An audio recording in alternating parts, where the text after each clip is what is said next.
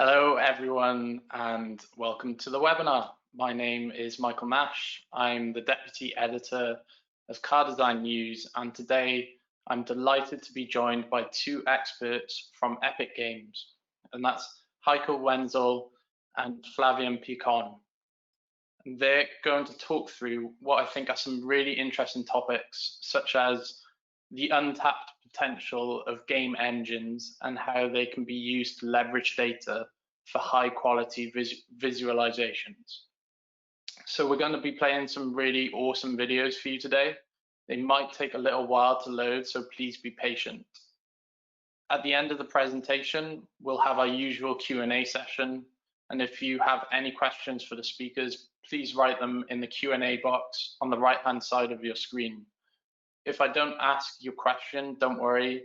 We'll work with Epic Games to get them answered after the webinar.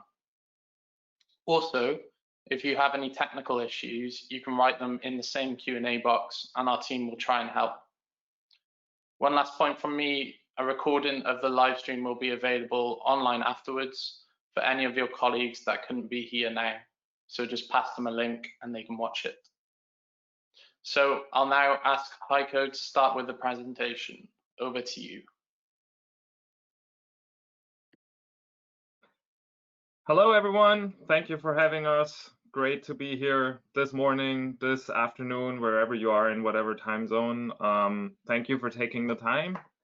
It's been a very interesting times recently. A lot of digital things are happening.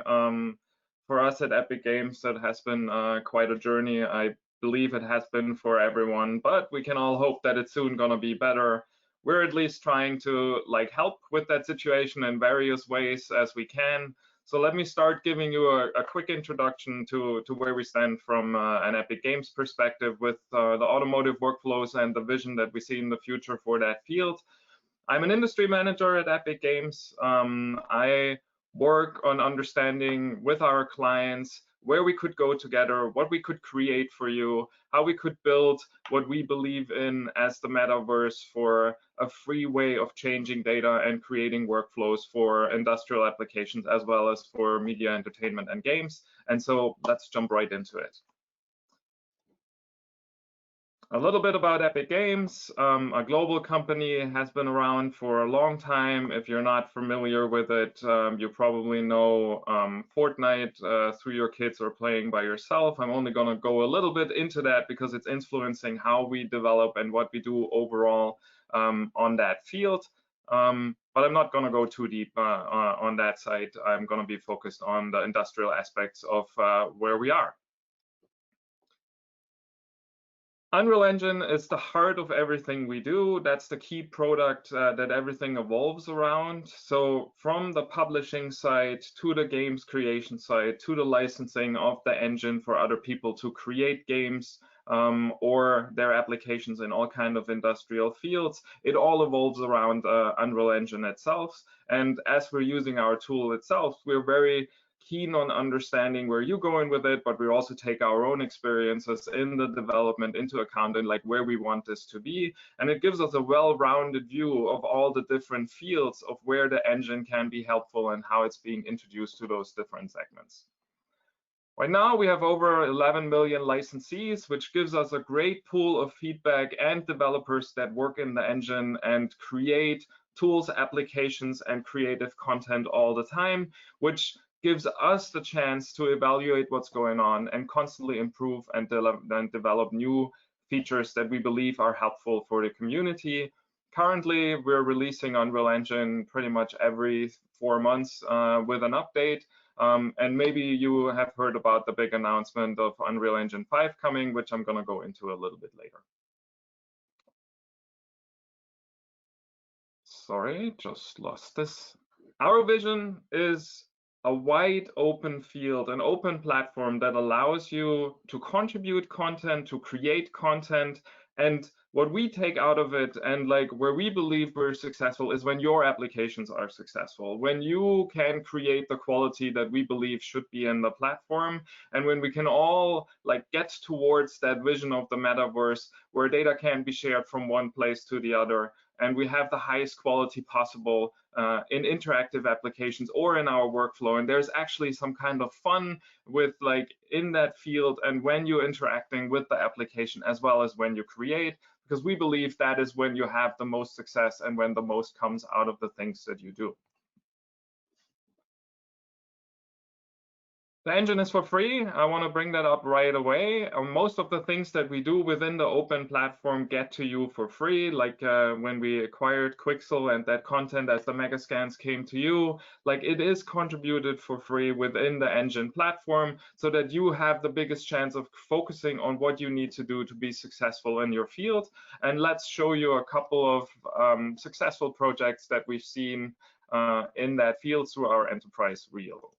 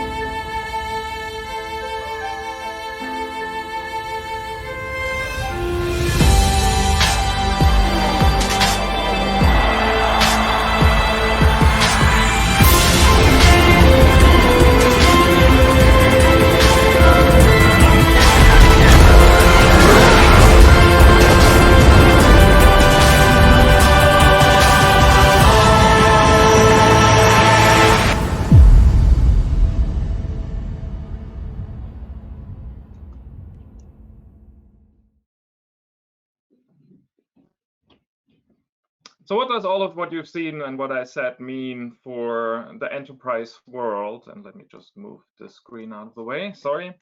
What we've seen with our clients and in production all across the verticals that we're working with, and currently we're very focused on the media entertainment side, the automotive side, human sciences, as well as the simulation world and architecture, is that mixed reality design environments have very increased benefits in like iterating design ideas and getting to a better result. And what's happening lately is that the merge of physical and virtual is increasing and is getting more powerful. Like the very conventional ways at looking at things of like what needs to be physical and what can be virtual and how that creates a new kind of reality has been permanently shifting depending on where you see cost benefits or where the best creative tools are. But what's happening lately, and like if you followed what's happening in the media entertainment industry with visual effects that are happening in camera, is that those conventional workflows and perspectives are changing. And we're seeing in the creative design workflow that like working with synthetic environments and digital humans and getting more of those virtual tools and tool sets and mindsets into the production workflow is really beneficial for all these projects that people are working on. And they're changing and disrupting those fields so massively that new opportunities and chances are evolving inside those fields. Which leads us back to the idea of the metaverse and the change of like how data platforms interact across different channels and verticals that we see with different enterprise applications across the board.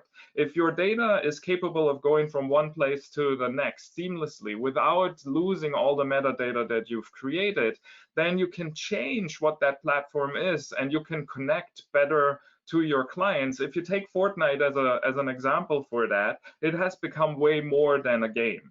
It has become a platform for creators. It has become a social platform, and it's not driven by ads primarily. It's driven by the content. that is inside there and how people interact inside there. And if you translate that into what you could build with a data platform that is based on a game engine, and the ways of how we interact and operate inside there, that gives you an idea of like what kind of opportunities you might see in the automotive and transportation world. And over the last 4 years, we've seen some great adoption of our tools and the philosophies that we represent in that field, with some key clients that have found their new ways of production and like adopting these platforms in the field. And they are a great resource for us and partners for us in like defining what comes next. And if you look what has been developed over the releases from 4.18 to 4.25 right now, is a constant focus on like making production principles easier and find the missing spots that like build that multi-channel support that you would like to see in those fields. Some key features that we really focused on for the automotive side and have been focused especially for the latest release was getting to a photoreal quality, getting to a point where what we see in game engines is equal to what we see in offline production and post-produced production. So with real-time ray tracing coming into the field and the hybrid approach that we're taking to that, we've achieved the quality that we need to compete in that field over the last 2 years. And now we're seeing that that like has come true from the vision to like the technical expertise to like going into production. And that allows us to like be in those productions that are really important to us, that like drive the future development in those fields. What was key for that was to have a solid data import, make sure that like the basic principle that we see in game design of having multi-user collaboration comes to the industry as well, and that we leave it an open platform that allows you to share and work in any way you want. I'm going to go over some of those features fairly quick. Some of the things Flavien will show later on. If you have questions to some of the details, then we can talk after the presentation. So Datasmith is at its heart, the entry point for your data into Unreal Engine. And we're very focused on taking key applications into the field and linking them as good as possible into the production workflow that we see there, excuse me. And some of the visions go as far to say that USD could be the open platform for everything and an all-in way of going in and out of the engine and all other applications. But it's also important for us that you can get out of the engine if necessary and continue your work with other fields. And Visual Data Prep as an add-on to that helps you in creating recipes and like base principles of what happens to the data that you import, with like a key benefit of live linking data right into Unreal Engine. And if something changes in your original data, you can continue working in Unreal Engine. Another key element for the automotive world were the automotive materials, giving you a high starting point without having you to recreate or like build your materials all by yourself. Of course, in the automotive world, it's often necessary to have like scanned reference points. So some of the next steps are to figure out how do we connect to your physical references to give you the security that like whatever you create is as close to the reality you want it to be, but still has the benefits of the way how you can optimize that materials for all channels so that you get the maximum performance out of the tool and out of the applications you create. Another element, of course, is sharing.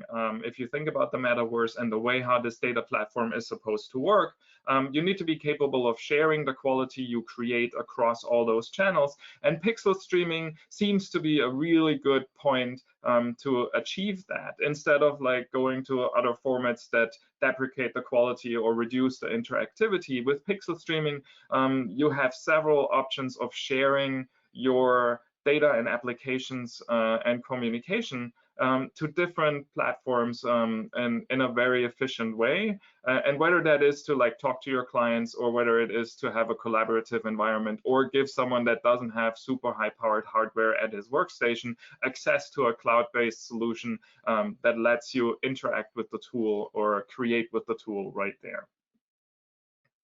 Another element that we've seen over the last year was to like understand how we can help with render on demand applications like we see them in marketing, or when you have to create massive amounts of content for presentations, whether that's in design or manufacturing, doesn't really matter, but give you a way to like use Unreal Engine in the cloud and connect to that and request images and productions from that principle.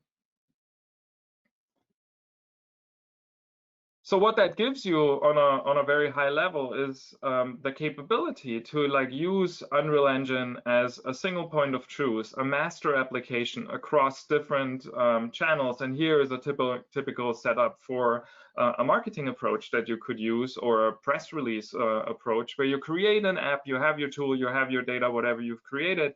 Now you can send it as the original data and the original quality to those other channels, and you can always go back, and all the changes you make will be live back into the stream where you want to see them. So another key aspect for that, and that's what we learned from Fortnite, is that the highest success you will have if those approaches are multi-platform and are not inhibited by the stipulations of a single platform that like changes quality or changes the way how you set up things. So it was really important for us to make sure that the benefits we see and that we've learned with the own applications that we create come back to you in the field when you create and work and design with Unreal Engine to like achieve your communication needs across the field. AR, VR, XR are key components in that field, and because everything is real time, it's a seamless integration. And as we're focused in like supporting open standards, we're making sure that like you have the widest range of hardware that can connect to that. And we're working with everyone trying to figure out what the best new standard is inside there to like give you the capability to take this as a real tool and not be inhibited by like hardware restrictions or definitions of how to interact with that. And if you look at like what's happening with NVIDIA and other players that give you access to that in the cloud, we can foresee an amazing way of how you can interact in real time in AR or VR with the data live linked to a CAD system, and therefore give you a very interesting way of operating in that field. All of those things lead to the big vision of where we believe our automotive platform has to be. So we believe that like we should be part of the digital thread and the digital twin initiatives that are going on that give you the best benefit of working in the digital world. And the key components are already there. So we have the libraries that you need to produce faster, like with the materials, or when you bring in mega scans, you have a fairly easy way to get into Unreal Engine directly. And with the latest capabilities of Datasmith and optimization of data, it's a lot easier to go there without other tools. And of course, if you connect the AI and IoT capabilities of that field, now you get an understanding of how far that can like interact with the different verticals inside your field. And the last frontier that is there that we have to work on is the PLM, PDM connection to make like what you've created as metadata available in the engine and make it easier for you to operate with that. So we approach things differently, but we've seen over the last couple of years that conventional content production and design pipelines have reached a limit. And with game engines, there is a new way of approaching those problems and solving problems in that field. So it's exciting for us to be part of that revolution and helping define those definitions together with you. So the conventional way in design is the same for everyone, right? So you have an ideation process, you have a prototyping process, and you have an analysis process to like get to a result. But tools define how far you can go there. And like if we open up the ways how many tools can interact and how they like can benefit and like focus you on like your skills instead of learning what that is, then you can reduce the restrictions in like finding a solution, right? So if AI comes into the field and helps you make sure that you don't create something that's wrong right from the beginning, or it adds value that like takes incredible effort if you want to take that into account right in the first stages, then you reduce the amount of feedback cycles you had, and in the end your whole design and workflow process gets faster, and therefore we can generate a general benefit for the overall area. And if you compare that to what we've seen in Hollywood productions, it might be very interesting for you to look into what's possible with virtual stage setups and virtual production. And I personally believe that the design studio of the future could be a mixed reality environment like you see here, where everything is made out of greens. Your stage is literally your door to the world. You bring your product in and you shoot inside there, or you add virtual production principles to create all of that virtually. And where we've seen that that had a great benefit was with The Mandalorian and the media entertainment world, where it has created a complete new way of creating visual effects or production and changed how fast you can be successful, especially for those productions that you've seen there. And it proves that the visual quality and the interaction between hardware and software has reached a point where it is production ready. So from an overall perspective of like where you can use this, just a quick overview on the general design and manufacturing workflows that we see. And a core component there is, of course, the digital twin. But like wherever there is a need for simulation, training, or creation, the Unreal Engine has great benefits for you to play with. And we're excited to go deeper into the fields that we haven't explored yet, but we believe that there is potential there that we can find together with our clients. A great way of looking at it is to say that if you believe in a real-time development platform, then what are the things that you need to look for? Open source, open platforms have been communicated as being the solution because no one can create all those tools by themselves anymore. And so we need to figure out how we make it easier for everyone in the creative world to like access tools that are available. If we can make it easier to get synthetic environments into the mix and play with that, as well as digital humans, which I believe is the next frontier in like getting that into the field, then all the standard definitions that we have already that people want to produce virtually and want to share data can lead to the position of like having these keywords that all the consultancies are talking about finally come true in a consolidated effort.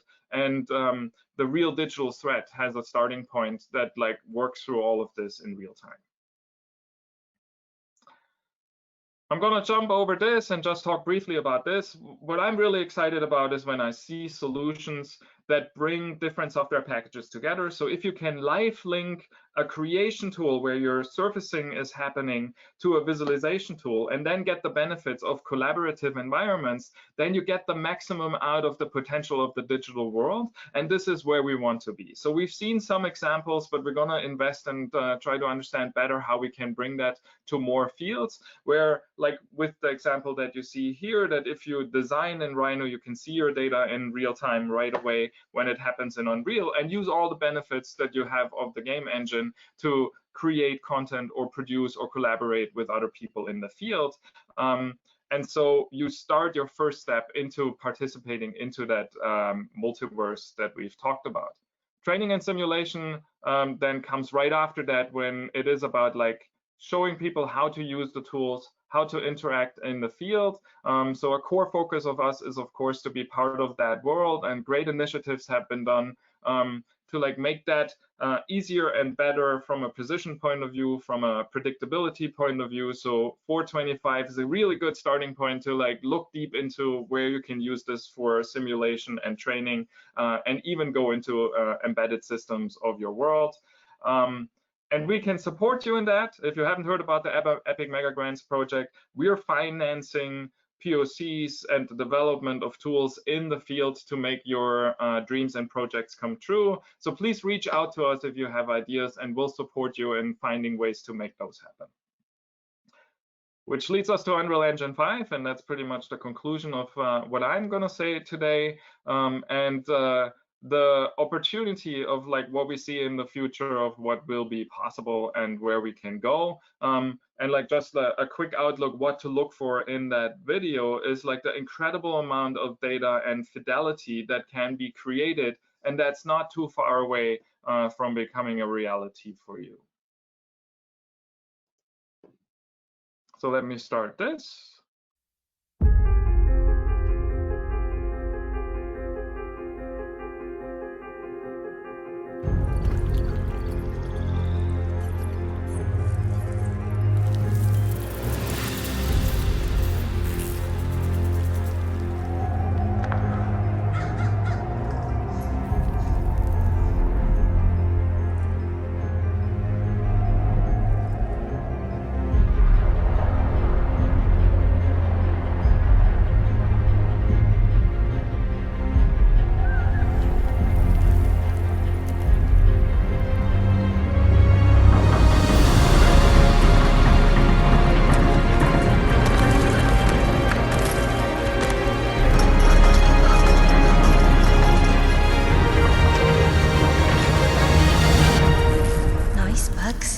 It might be.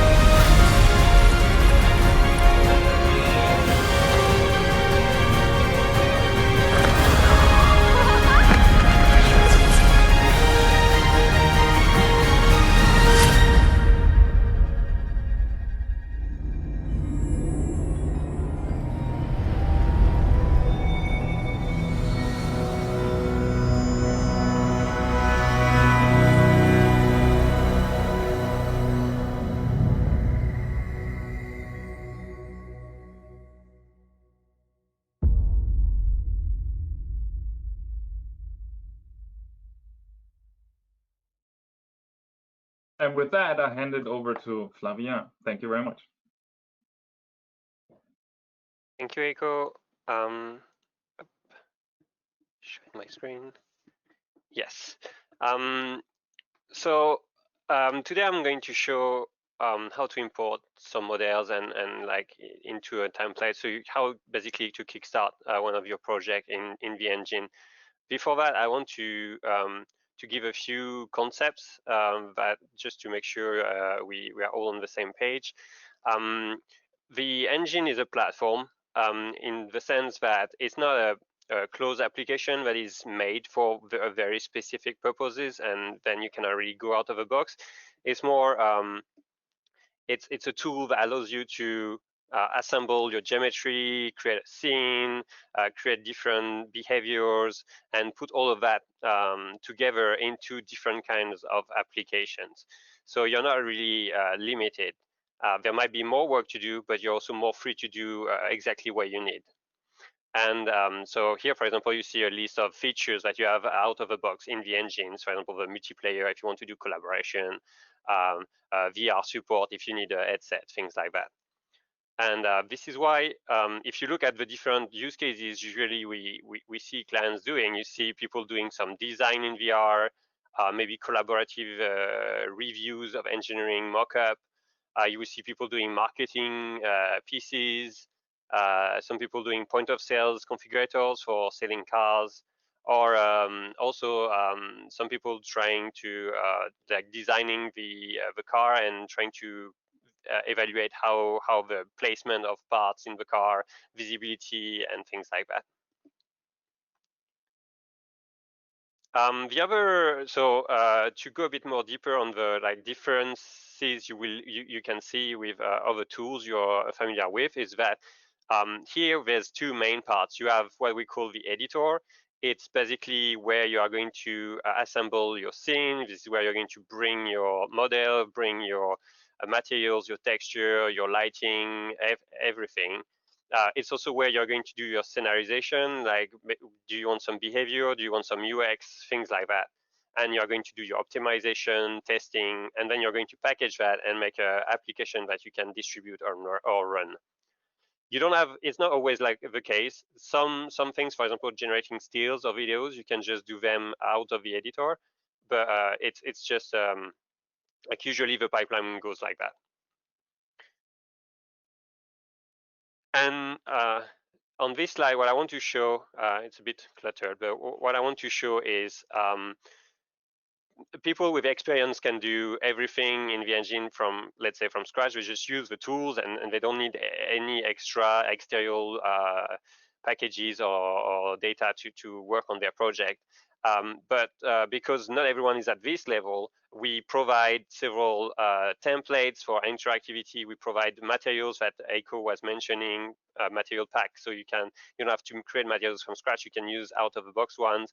We start providing some environment, some lighting presets, so you don't have to build it yourself. You can just use one out of the box. So basically, in the end, to do something simple like a product viewer, you can just bring one of your CAD format, your model into the engine and use the templates and assets or quick sell assets that are on the marketplace to just kickstart your project. So I would just switch here. So to do that, here this is the launcher. This is the UX of the launcher. This is what you the application you download to usually access the engine. So into it, you will have don't know if it's updating. Yes. So into it, you have access to for example, the engine versions here. So you will download the engines. You will have access to the different projects. We see all the projects I have installed in my machine. Just move a bit forward.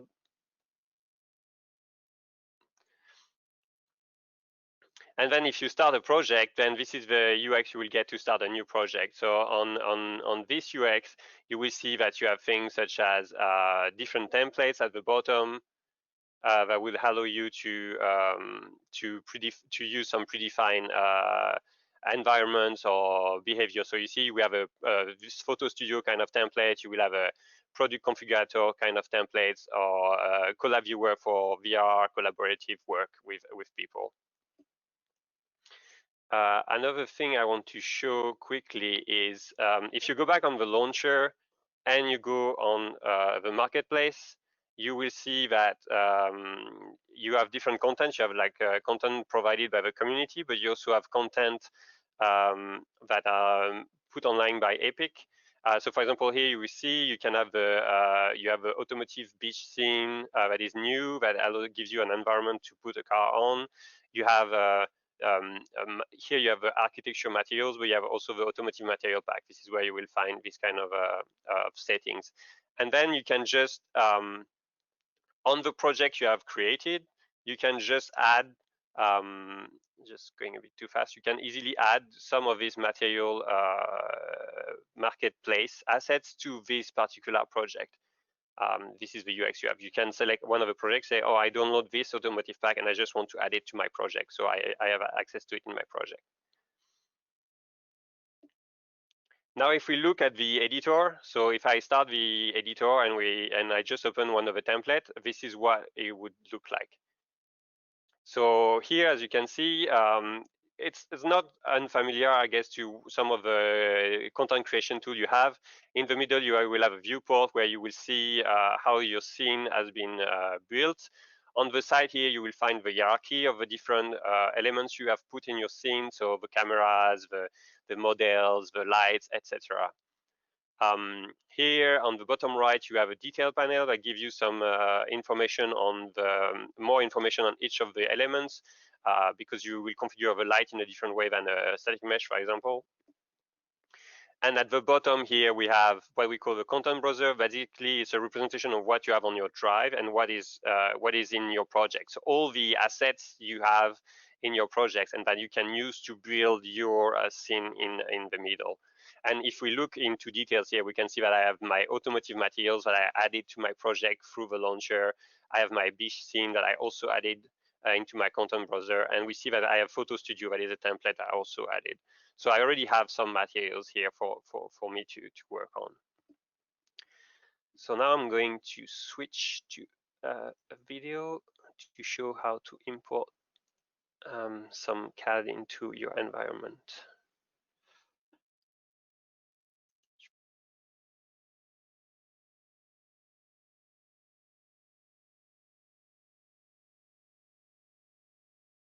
This is the project again, the studio project, and I just removed the car in the middle. So here I'm just loading a default scene just to show the result of the import of the geometry into an empty project to see what happens.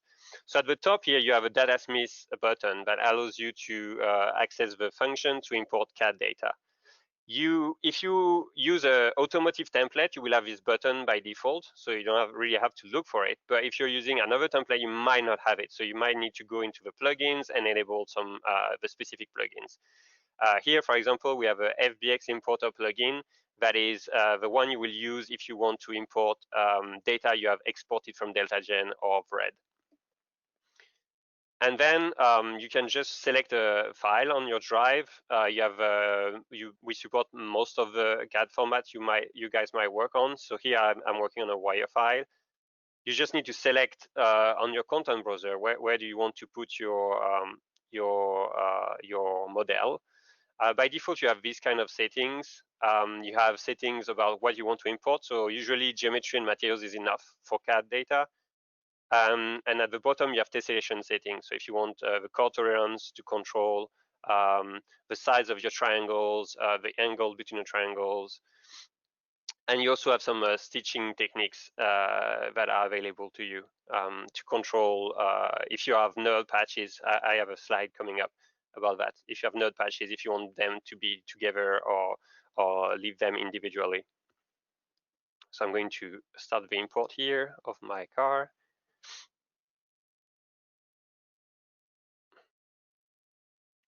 So yeah, here basically some of the CAD files, they are surface based, and the engine just works on meshes. So you have to create triangle meshes. So you have to do a tessellation pass for most of your file if they are native geometry to convert them. And the car on the bottom is to show the difference you will have in stitching. For example, on this wire file, if you select none, or if you start to, for example, sew your geometry. So my car is now imported into my environment. So on the right, we see that I have the product tree of my car. So I have the full hierarchy that usually represent the one you have from in your DCC tool. And on the bottom, you will find the different information about the geometries that have been imported, the material. You will have also a datasmith scene. This one is the datasmith scene that allows you to drag and drop the full car and re-import the full hierarchy in your content browser. So here, for example, is all the geometries that have been imported, all the materials. So I'm going to save all of that. So here, the materials here come from the CAD, so they might not be realistic at all. So it depends if you need, if you just do engineering reviews, that might be enough. But if you want to have some proper reflection and things like that, you will want to change the materials. We'll see that in a few minutes. So that's my car here. You can do other things. For example, there's some previews. There's many things you can do in the engine. I cannot cover all of them, but that can be useful. You can see that I didn't put proper tolerance settings, or maybe too loose. So the tessellation on my wheels or on my hood is not as good as I would like. So you can, once you pick an element here, you can go back into your content browser, select the wheels here, and say, oh, I want to re-tessellate them. You could re-import the full car, but here I'm just going to retessellate the wheels as an example. You change, for example, the chord tolerance, you retessellate, and then you get maybe a better definition of your geometry for your application. I will do something similar on the hood here. You can see it might not be super smooth on the hood at the moment, and if I retessellate, it should be a bit smoother. I don't know if it's really visible on the video, but and you might need to do this kind of things when you are applying textures and when you are computing reflections, not to have a broken effect on your geometry.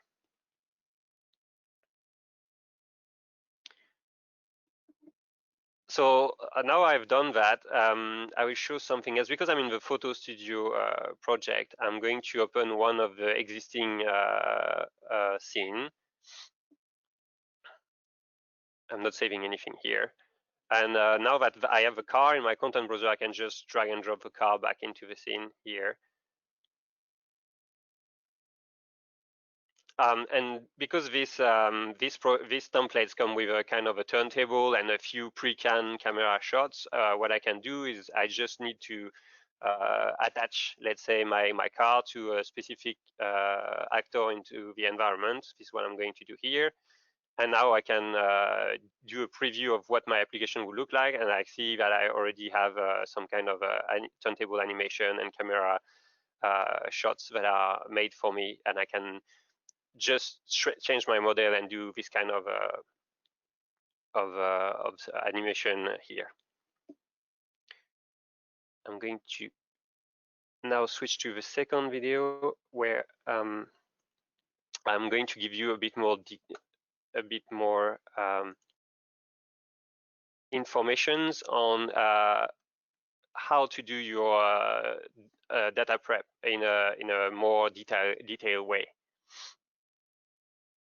Because with here you can at the bottom you have you can create a new kind of asset that is called a data prep asset, and that gives you this kind of environment where you can do previews of what the model will look like, and it can also allows you to create a recipe where you will be bundling different operations you want to perform on your model.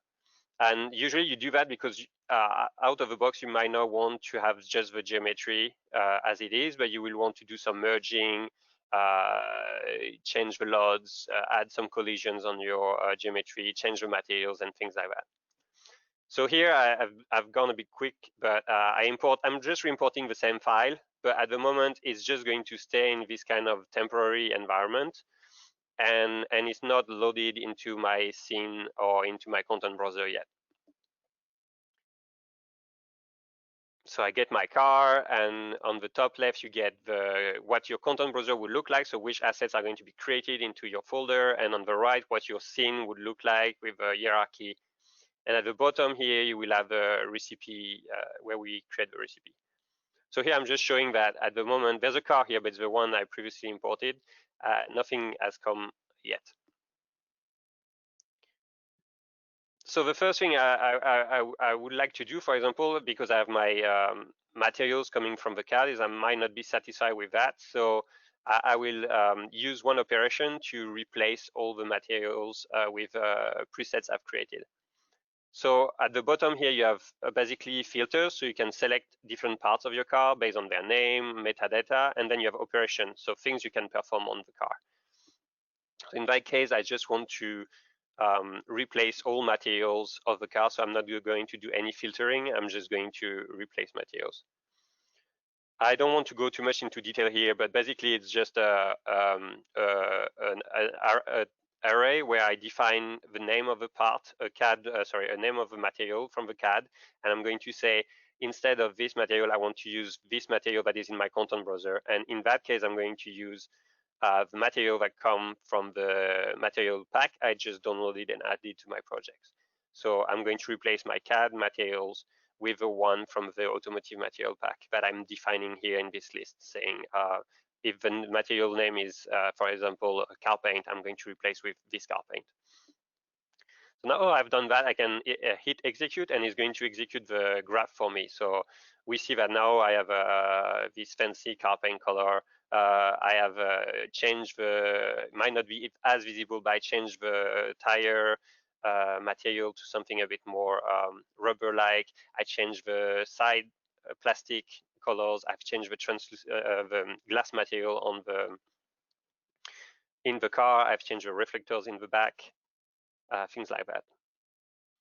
You can do, so here I'm showing you can do other functions. So here you can do filtering. For example, here I want my full body to be one single part in terms of optimization. I might not want as many objects to represent my car in the scene, so I'm going to merge all the car paint parts together except the doors, because maybe I want to do some animations on the doors, so I might not want to merge the doors. So I'm just creating a filter to select everything that is called body, then I'm removing the doors from the selection, and then I'm doing a merge.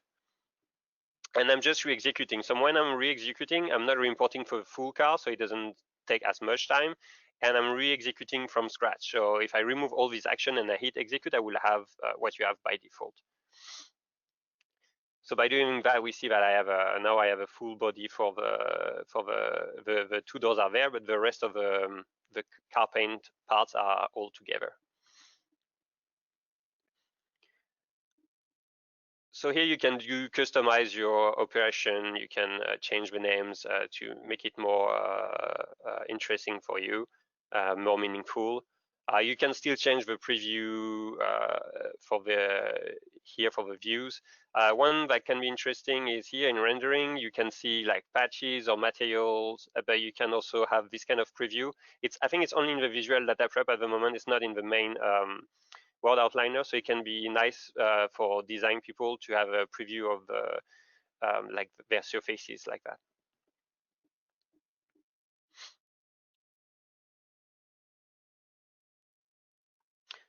And yeah, I think I will try to move a bit forward. I don't know if I can do that. No. So here I'm just re-showing the tessellation. For example, as we've seen earlier, I can select one part and retessellate if it's not good enough. But here in that case, what I'm going to select just my full body here and just retessellating it with better properties for my simulation here.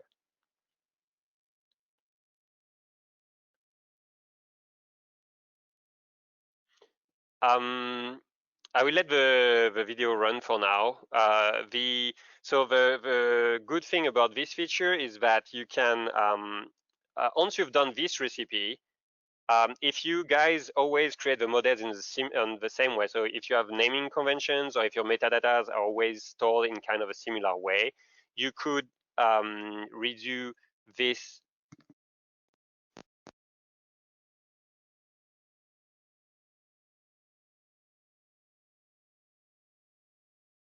Flavien, sorry, your microphone has just gone on mute, I think.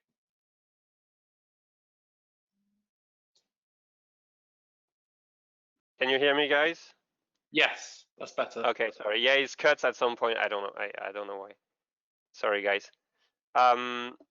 Yeah, just the last thing I want to show here is that once you've done this recipe, if you guys have done if you have naming conventions on your different models or metadata that are the same way, and your recipe can be reused for different models, what you can do is in this recipe, you can just change which model from your folder you're importing and reapplying exactly the same preparation recipe. So it's an easy way for you to bring models into the engine in a fast way and kind of automated fashion. I'm going to switch to the one of the last video because I want to give some time for the questions.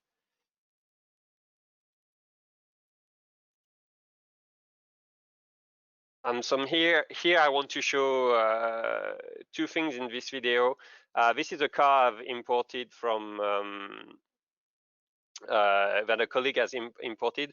Here, I just want to show that we have something called a level variance set. So if you guys want to create variance into your environment, you can. We have this tool that allows you to define, for example, visibility switches for the geometry you have imported. You can do material switches for the color change on your cars. You can do camera positioning also. And here you also have a preview, so I can tweak, for example, visibility switch on my rim. I can switch from one to the other and have a preview. So I think I will trigger it soon. So here I'm just showing that it's a visibility switch on the different elements. And here I'm going to switch. Yes, I'm switching the rim. And you can do the same for the material switch and things like that. What is good with this once you've created this kind of level variant is that we have a template called the product, I think it's the product viewer kind of template. You can, it's not exactly the name. You can use this variance you have defined here kind of visually. Sam, you don't really need to be an expert to use that. And it's going to create a UX for you out of the box. So once you've created these elements, you can hit play and you will get like you see, visualize your car, and you will get buttons to tweak the paint or the different variants. Give it 1 minute. I cannot fast forward just to show. So here's just to show you can switch colors easily. Here there's a for the environment here there's actually a switch somewhere in the world outliner. You can to switch a full environment. If it's just change one geometry but full geometry, you can do that. And so if you play, so if you want to do a preview of your application, because it comes with like UX and things like that, it should look as, I think I'm going to play it.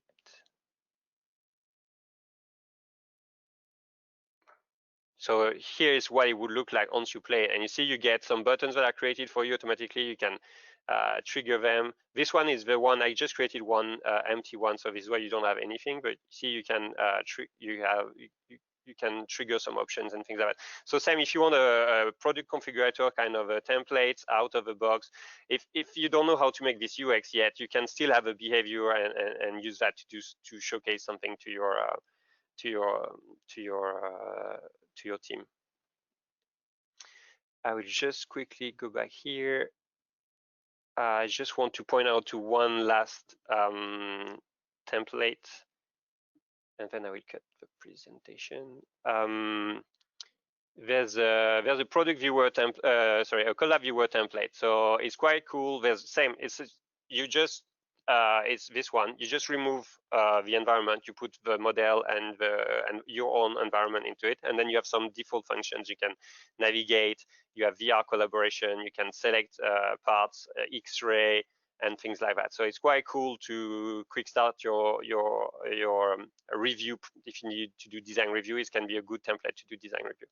I will stop here because I think we still want to take some questions with Heiko. Thank you, guys.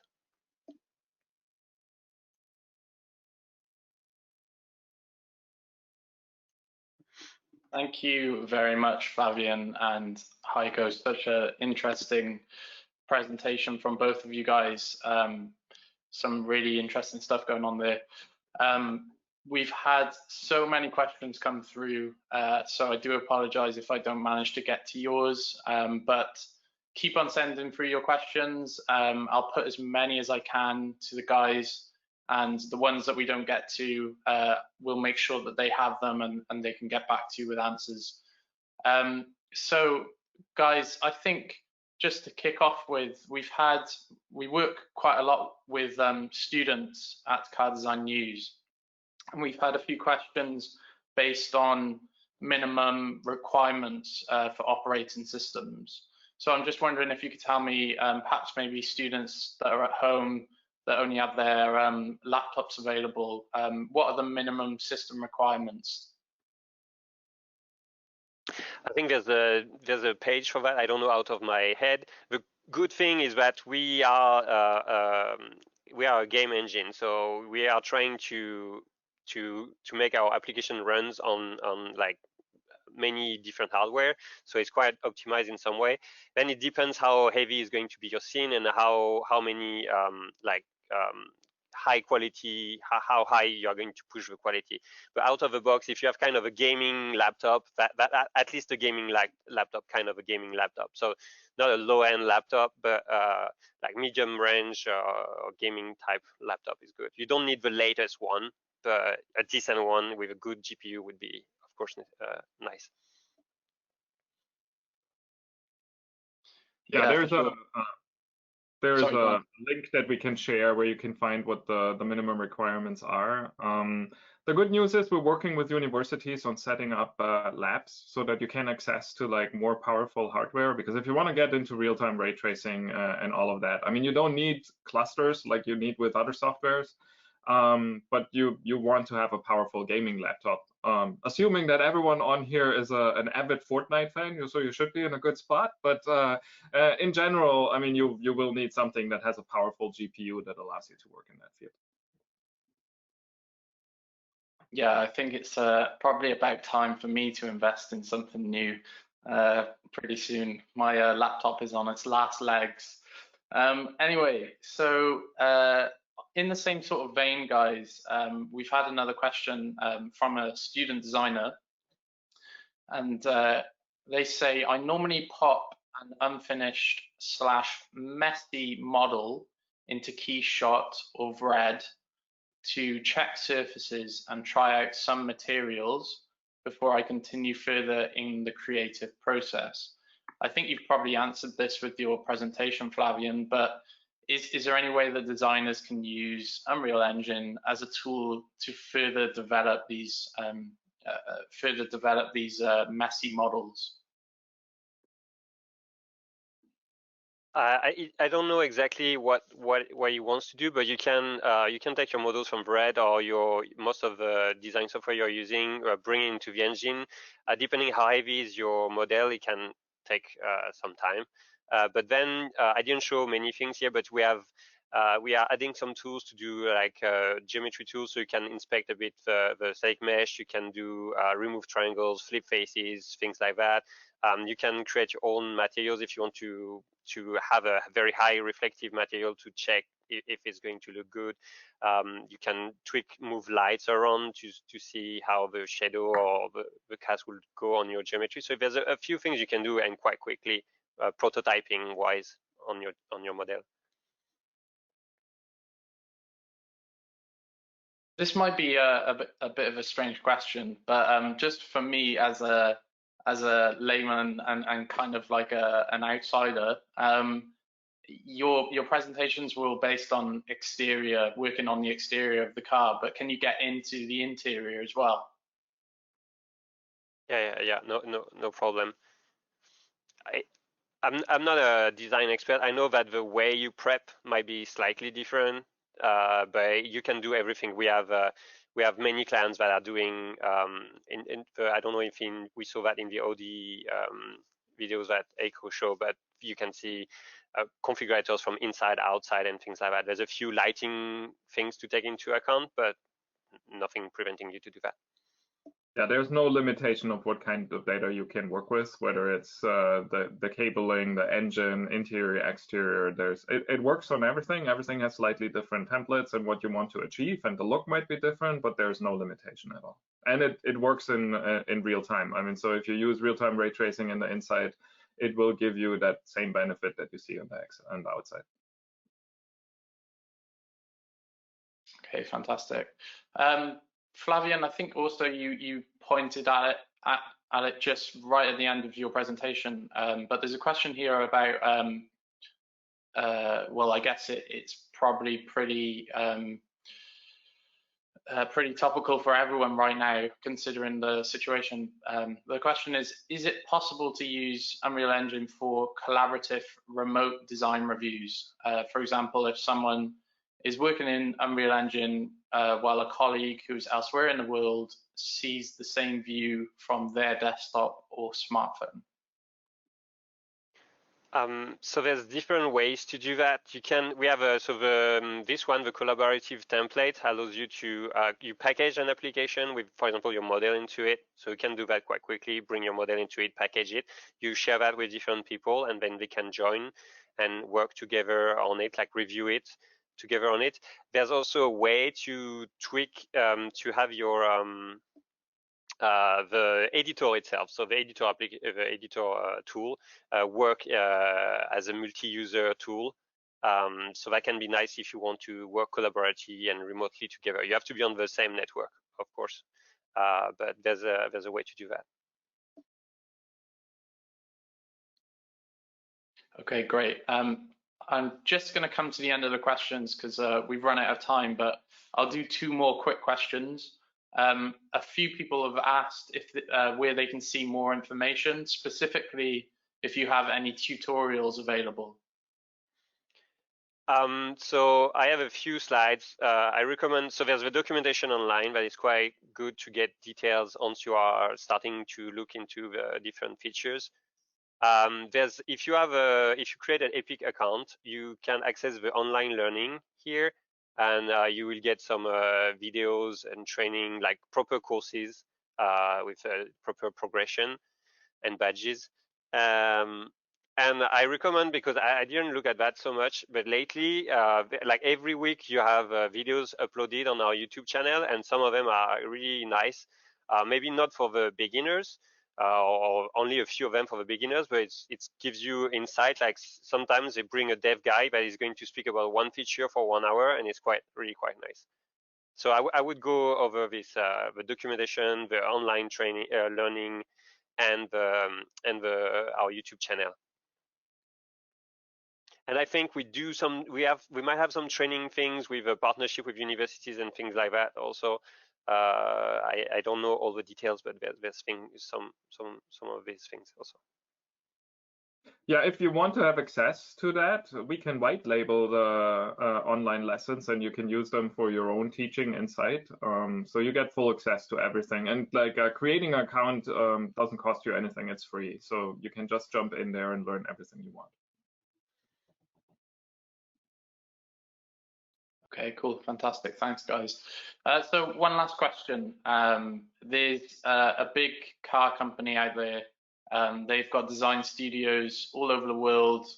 And now that remote working has come into play even more, and design studios are increasingly picking up digital tools, they're looking for something to add to their portfolio that allows their designers to work a little bit better, a little bit more efficiently.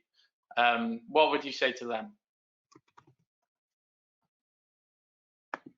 So we have lots of clients that work in that field and have the same problems, and we've seen some great successes in setting that up. We're working with the big players like Amazon, Google, in figuring out how you can make hardware available. We're also working with some OEMs and them setting up GPU platforms so that they can do that internally. I mean, like the whole situation with the pandemic has forced everyone to think about like how to set up those things. And I think a good example that is possible is that the whole of Epic works virtually. Work from home has been for, I don't know what it is, 20 weeks, 100 weeks, feels like forever.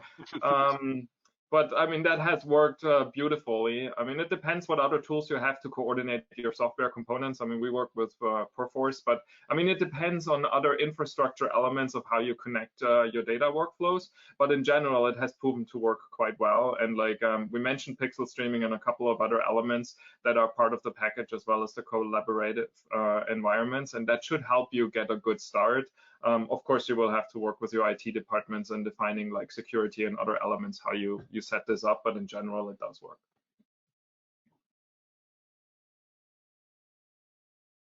Okay, fantastic. Thank you so much again, Heiko and Flavien. It was a really interesting presentation. I certainly learned a lot. We hope everyone that listened in learned a lot. If you've got any more questions, if you need any more information, just let us know, and we'll work with the guys at Epic Games to get some information to you. The webinar was recorded, so you can check it out on our website, cardesignnews.com, if you want to see it again, and link all your colleagues as well if they weren't able to make it. So yeah, a big thanks to Heiko and Flavien from me, and take care.